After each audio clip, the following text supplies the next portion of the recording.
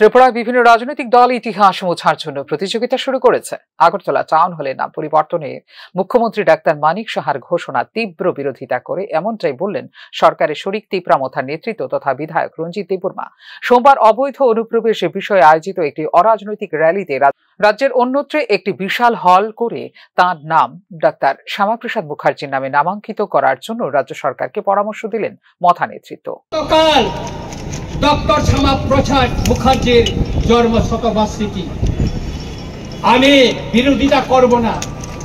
মাননীয় মুখ্যমন্ত্রী মহোদয় দীর্ঘদিনের আমাদের রাস আমল থেকে সেই জমি যেটা ছিল লাল মহল ছিল, রাস আমলে এটা ট্রেজারি ছিল, সেটা বামফ্রন্ট আমলে সেই জমিটাকে দখল করে সেখানে টাউন হল করা হয়েছে।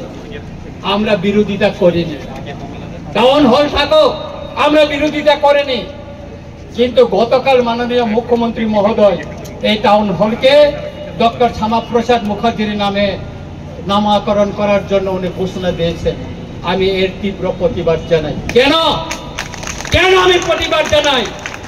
ডক্টর শ্যামাপ্রসাদ মুখার্জির নামে আপনার শহরে আরেকটা বড় টাউন হল করুন, আরেকটা বড় টাউন হল করুন, আর এই টাউন হলকে টাউন হলে রেখে দিন। ত্রিপুরায় বিভিন্ন রাজনৈতিক দল আমাদের ইতিহাস মোছার জন্য এখানে কম্পিটিশন চালাচ্ছে। সেই কংগ্রেসের আমলে অবৈধ বাংলাদেশি বিতরণ নিয়ে কেন্দ্রীয় গৃহ মন্ত্রকের নির্দেশিকা না মানলে বৃহত্তর আন্দোলন সংগঠিত হবে বলেও হুমকি দিলেন মথা নেতৃত্ব।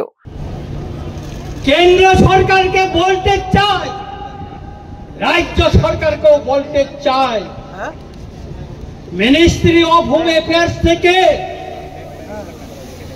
যে নোটিফিকেশনটা বাইর করা হয়েছে সেই নির্দেশনা অনুসারে ভারতবর্ষের সেই গুজরাটে, মহারাষ্ট্রে, দিল্লিতে, হরিয়ানায়, তামিলনাড়ু, আসাম, অরুণাচল প্রদেশে যে নির্দেশিকাকে কার্যকরী করার জন্য পদক্ষেপ নেওয়া হয়েছে, ত্রিপুরাতেও তাই যেন আর বিলম্ব না করে পদক্ষেপ নেওয়া হোক।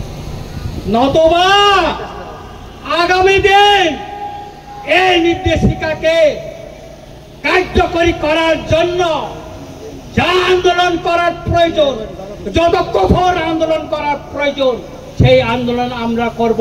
এই মঞ্চ থেকে আমি ঘোষণা দিচ্ছি।